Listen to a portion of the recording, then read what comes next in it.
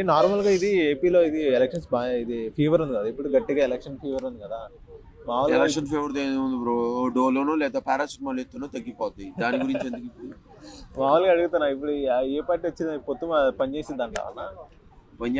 పనిచేసేదా? ఇప్పుడు వైనాట్ 2014లో పనిచేసింది, ఇప్పుడు పని చేయదా? అంటే ఇప్పుడు వైనాట్ 175 అంటున్నారు. ఇప్పుడు దాని గురించి ఇప్పుడు కరెంట్ కనెక్షన్ ఇవ్వాలా పని చేయాలంటే?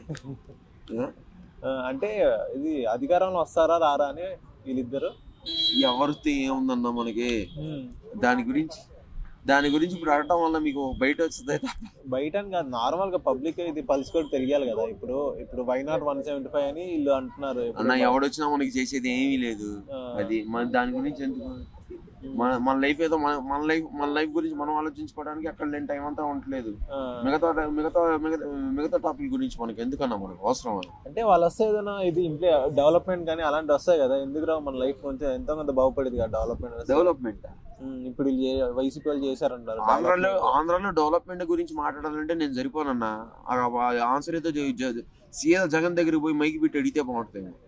అది డెవలప్మెంట్ చేశారు, చంద్రబాబు కంటే బాగా చేసామంటున్నారు. అని తీసిపోయి రోడ్లు బాగోలేని కాడ నుంచి పెట్టి, అరే ఎరిగిపోక ఏంద్ర ఈ రోడ్లు ఏంద్ర ఇట్టున్నాయి, బాగు చేయటం తెలీదా, నువ్వు సీఎంవా లేకపోతే సందేశవర పూజారవా అని అడగాలని ఉంది నాకు. కాకపోతే నేను అడగను.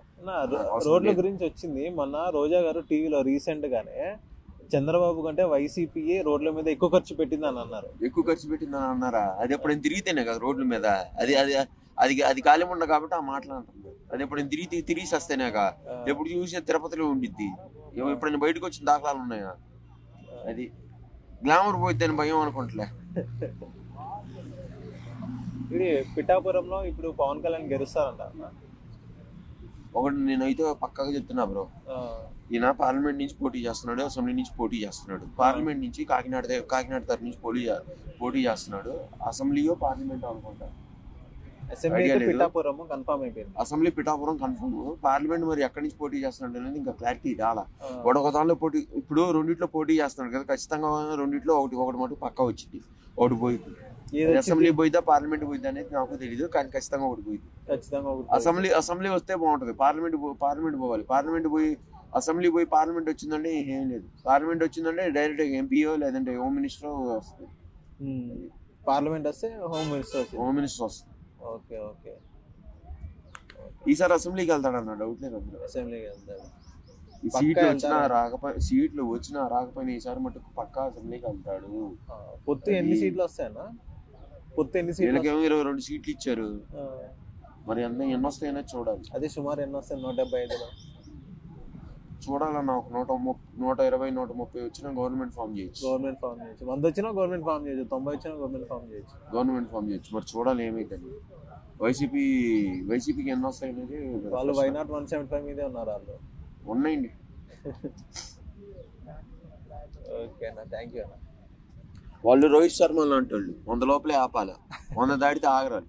ఎవరు? వైసీపీ వాళ్ళు రోహిత్ శర్మ లాంటి వాళ్ళు 100 లోపలే ఆపాలి. 100 దాటిందా డబుల్ సెంచరీ కొట్టుకుని ఉంటుంది. ఓకే అన్న, థ్యాంక్ యూ. ఇప్పుడు జగన్కి ఒక 20 సీట్లు వచ్చి చంద్రబాబు నాయుడు కొన్ని సీట్లు వస్తే ఇద్దరు కలిస్తే గవర్నమెంట్ ఫామ్ అవుతుంది. అలా కాకుండా సీట్లు రాకుండా ఓన్లీ ఓట్లు చెల్తాయి చూడు, అప్పుడు చంద్రబాబు నాయుడుకి కొంచెం మైనస్. మరి ఇప్పుడు నెక్స్ట్ 5 years గవర్నమెంట్ ఫామ్ చేసే టీడీపీ, జనసేన, బీజేపీ, మరి ఆంధ్రప్రదేశ్లో డెవలప్మెంట్స్ కావచ్చు, రాజధాని డెవలప్మెంట్స్ కావచ్చు, ఉద్యోగ అవకాశాలు కావచ్చు, సో ఎలా ఉండబోతుంది అనుకుంటున్నాను నెక్స్ట్ 5 years? టీడీపీ ప్రభుత్వం వస్తే మటుకు రాజధాని అయితే ఏర్పాటవుద్దన్న. ఏది అమరావతి. అది అయిన తర్వాత ఐటీ కంపెనీలు కానీ రావచ్చు. ఆల్రెడీ ఇంతకుముందు అమరావతి కొంచెం డెవలప్మెంట్ అయినప్పుడే కొన్ని ఐటీ కంపెనీలు వచ్చినాయి. చంద్రబాబు నాయుడు ఓడిపోవడంతో అవన్నీ వెనక్కిపోయినాయి. ఆల్రెడీ జగన్ గెలిచిన తర్వాత కొన్ని ఐటీ కంపెనీలు వచ్చినా కూడా అవి మళ్ళీ వెనక్కిపోయి ఇక్కడ తెలంగాణకు వచ్చినాయి. అవి కేటీఆర్ స్వీకరించిండు కూడా.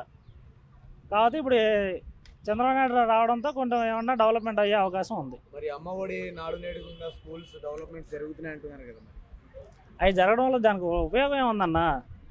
ఏముంటుంది చెప్పు? చదువు అవసరమే. దానివల్ల ఇప్పుడు డెవలప్మెంట్ అనేది ఏముంది? ఇప్పుడు చదివిస్తాడు, రేపు చదివిన తర్వాత జాబుల అవకాశం ఎవరు చూపిస్తారు? ఐటీ కంపెనీలు లేవు, రాజధాని లేదు, డెవలప్మెంట్ లేదు. చదివి అందరూ బయటకు వచ్చిన తర్వాత జాబులు ఎవరు చూపిస్తారు?